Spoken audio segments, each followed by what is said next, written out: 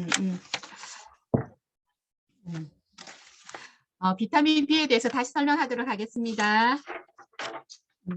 비타민 B라는 거는 갑자기 잘 안 되려네. 그 비타민 C를 제외한 수용성 비타민을 말을 하고요. 우리가 흔히 그 비타민 B라는 거는 탄수화물, 단백질, 지방을 에너지로 전환시키는 역할을 하는 걸 말을 하는데, 그 탄수화물, 단백질, 지방의 대사를 하는 건데 촉매 역할을 하는 거예요. 아까 말했듯이 대사가 뭐냐를 제가 다시 설명을 한번 하자면, 대사란 생명 생물체가 몸 밖으로부터 섭취한 영양 물질을 몸 안에서 분해하고 합성하여 생체 성분이나 생체 활동에 쓰는 물질이나 에너지를 생성하고 필요하지 않는 물질을 몸 밖으로 내보내는 작용을 얘기를 하는 거거든요. 그러니까 우리가 흔히 밖에서 대사가 뭐야, 대사가 뭐야, 대사가 잘 돼야 돼, 촉매 역할을 잘해야 되고 얘기를 하는데, 이런 거는 조금 아시고 계시면 좋을 것 같습니다. 비타민 B 컴플렉스는 이 사진에 보시듯이 에너지 생성과 활력 증진에 도움을 준대요.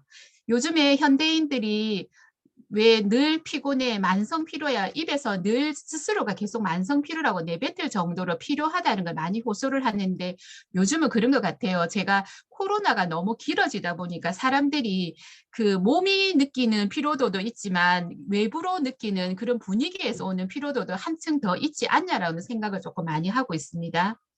그리고 비타민 B 복합체, 그리고 비타민 B 컴플렉스란 이렇게 말을 했는데, 앞에 설명드렸듯이 탄수화물, 단백질, 지방을 대사를 잘 시켜서 우리가 이게 원활하게 잘 돌아가야 우리가 건강한 삶을 누리고, 그리고 늘 흔히 말하는 필요하다 소리가 늘 입에서 나오지 않을 정도의 그렇게 생체 리듬이 간다는 거고, 밑에서 보시면은 이게 저도 그래요. 비타민이든 뭐든 건강기능식품을 조금 과다하게 먹지 않나 할 정도로 조금 많이 먹고 있는데, 많이 먹어도 되나라고 하고 있는데, 보시면요. 이 사각형에 보시면 비타민 B 그 쭉 이렇게 보시면 뭐 6, 뭐 12, 비오틴 쭉 나와 있는데 8종이 여기 해당이 되고요.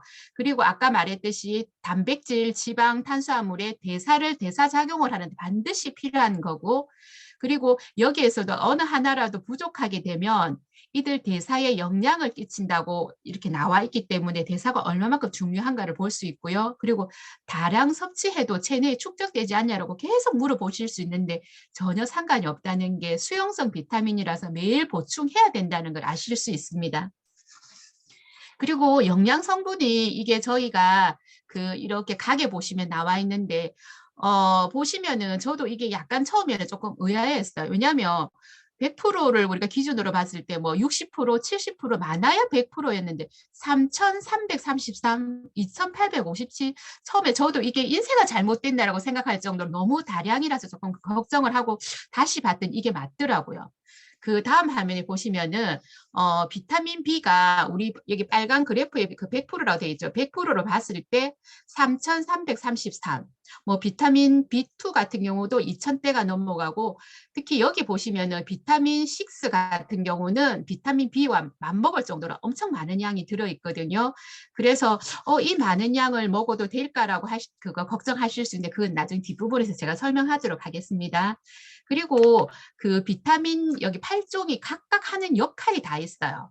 역할이 있는데, 저희가 저 같은 경우도 물론 우리 뭐 C도 먹고 엽산도 따로 먹고 또 우리 그 비오틴이라 그러죠. B7도 따로 먹고 있는데, 하나하나 설명을 조금 제가 간단하게 드리자고 하면, 비타민 B1 같은 경우는 뭐 탄수화물 에너지 대사에 필요한 거고요. 그리고 B2 같은 경우는 비타민 B2와 나야신은 체내 에너지 생성에 쓰이고, 판토텐산과 비오틴을 지방, 탄수화물, 단백질 대사에 관여 에너지 생성에 도움이 된다고 되어 있고요. 그리고 여기 보면 B6 같은 경우는 아까 함량이 많았잖아요. 그죠? 이게 단백질 및 아미노산을 이용하는 데 필요하고, 혈액의 호모시스테인 수준을 정상으로 유지하는 데 필요하다고 해요. 호모시스테인이 뭔가를 제가 다시 봤더니 우리 몸 안에서 만들어지는 아미노산인데, 과다하게 생성이 될 경우에는 혈관 내벽을 손상을 시킨대요. 그래서 그렇게 되면은 혈관 내벽에 지방성 물질이 축적되고, 그게 혈전을 형성해서 혈액순환을 방해한다고 하고 이런 연쇄 반응으로 인해 가지고 질병이 발생하는데 우리가 조금 위험하게 알고 있는 뇌졸중이라든지 심근경색이라든지 혈관 질환을 발생하는 원인이 된다고 해요. 그리고 이게 호모시스테인이 가닥이 됐을 때 되면 안 좋은 질병이 유발하는데 정상 수준을 유지시켜 주는 게 B6라고 그래요. 그래서 이 한 가지 한 가지를 보면은 얘들이 이렇게 섞여서 나온 이유도 있지만 한 가지가 아니라 그 다량의 함량이 들어있는 이유가 있다는 걸 아실 수 있어요. 그리고 여기에 B9인데 엽산이 들어있는데 엽산은 우리 왜 임산부들이나 임산을 준비하는 예비 엄마나 예비 아빠들 같은 경우 그리고 아이들도 먹으라 그러거든요. 저는 저희 고객들 같은 경우 할머니들한테 조금 연세가 있는 분들한테 엽산을 조금 많이 권하는 편이에요. 그리고 이 보면은 태아신경관의 정상 발달에도 필요하고 그래서 엽산을 꼭 먹어야 되는 거고 마지막에 B12 같은 경우는 있죠. 엽산 대사가 정상적으로 이루어지는데 도움을 준다고 해요. 그래서 B12 같은 경우를 제가 봤더니 조혈 작용도 있고 빈혈도 있지만 요즘에 애들 보면 자녀들이 어린 애들이 틱 장애가 조금 많아요. 주변에 조금 전에보다 많거든요. 그런 아이들한테도 이 영양분이 꼭 필요하다는 걸 아실 수 있습니다. 그리고 앞에 말씀드렸듯이 저희가 음식에서 먹을 수 있는 게 뭐 비타민 B, 뭐2 다 있지만은 비오틴 같은 경우도 뭐 간, 땅콩, 콩류, 엽산도 다 이렇게 보시면은 우리가 요즘에 먹고는 있지만은 저희가 사실은 현대인들이 같이 앉아서 밥을 먹을 일도 없지만은 식당에 가서 외식을 하면서 이런 거 조금 이렇게 채운다든지 이렇게 정상적인 식구들이 뭐 이렇게 가족이 다 이게 모여가지고 밥을 먹는 게 사실은 좀 힘들다 보니까 이게 채워지기 힘들대요. 그래서 외부에서 반드시 섭취를 해야 된다 그래요. 그러니까 전에처럼 우리가 예전에 왜 비타민 설명할 때 예전에는 뭐 토마토를 먹으면은 모든 게 다 해결이 되는 것처럼 정말로 완벽한 식품으로 알고 있었는데 사실은 지금은 그게 안 되는 이유가 뭐냐면 과다하게 경작도 하고요. 그리고 빨리 익혀서 빨리 출하를 하기 위해서 촉진제라 그러나요? 그거를 많이 사용을 한다 그러더라고. 그리고 또 너무 가지고 와서 보관하는 거 이런 등등으로 해서 영양 성분이 예전에 우리가 알던 그런 영양 성분하고 틀리기 때문에 우리가 외부에서 섭취를 해야 된다는 거를 아실 수 있습니다.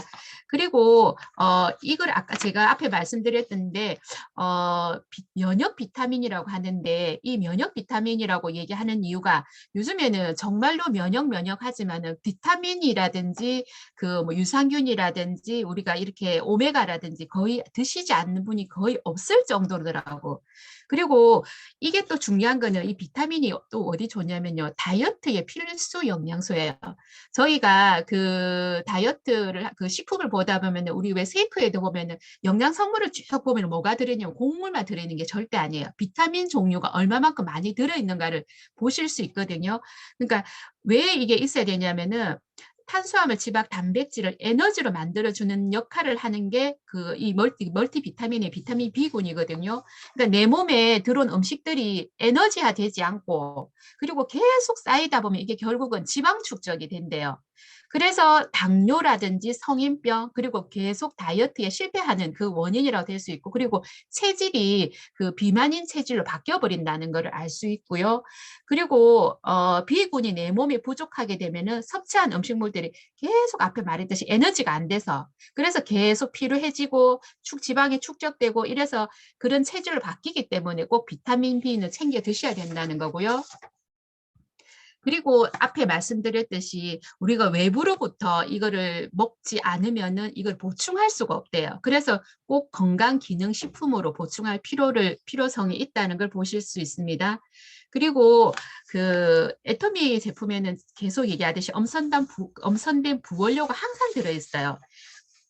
부원료를 보시면은 우리가 베리 종류는 눈에 좋다는 것도 물론 아시겠지만은 크림베리 이거 같은 경우 우리가 알고 있는 황산화 역할에 좋은 거죠. 그리고 눈에 좋은 뭐 빌베리 그리고 피부 건강에 좋다는 히비스커스 그리고 피로 회복에 좋은 타우린이 들어있는 타우린이 들어있고요. 우리가 왜 바카스 얘기하죠. 바카스가 왜 피곤할 때 먹으면 눈이 뻑 터져요. 라면서 눈이 뻥 이렇게 열린다고 해서 계속 얘기를 하듯이 어른들 같은 경우는 보면은 이 바카스에 엄청 이렇게 의지를 하고 계시는 분이 많으시더라고. 여기에 들어있는 게 타우린이에요. 그리고 이게 밑에 그림에 보시면 이렇게 저희가 노란 알약으로 되어 있는데 안에 보시면 이렇게 흔들어 보면 가루로 되어 있거든요. 근데 캡슐로 되어 있는데 사람들이 캡슐 이거 소화가 잘 되나요? 라고 얘기할 수 있는데 이 캡슐을 만든 이유가 있어요. 비타민 C는 분말로 되어 있는 게 많은데 알약보다는 분말을 많이 권하는 게 뭐냐면은 흡수율 때문에 그렇다 그러거든요. 근데 지금 비타민 B 같은 경우는 캡슐로 되어 있는 게 뭐냐면은 식도에서 흡수되지 않고 직접 장기들 근처에 가서 흡수되라고 캡슐로 만들었대요. 그런 이유가 있으니까 우리가 왜 알약으로 나와 있는 거, 가루로 나와 있는 거, 또 왜 이렇게 말 그대로 캡슐에 되어 있는 거 없는 거를 구분해서 이게 왜 나와 있던 이유가 다 있다는 걸 알고 계시면 좋을 것 같습니다. 그리고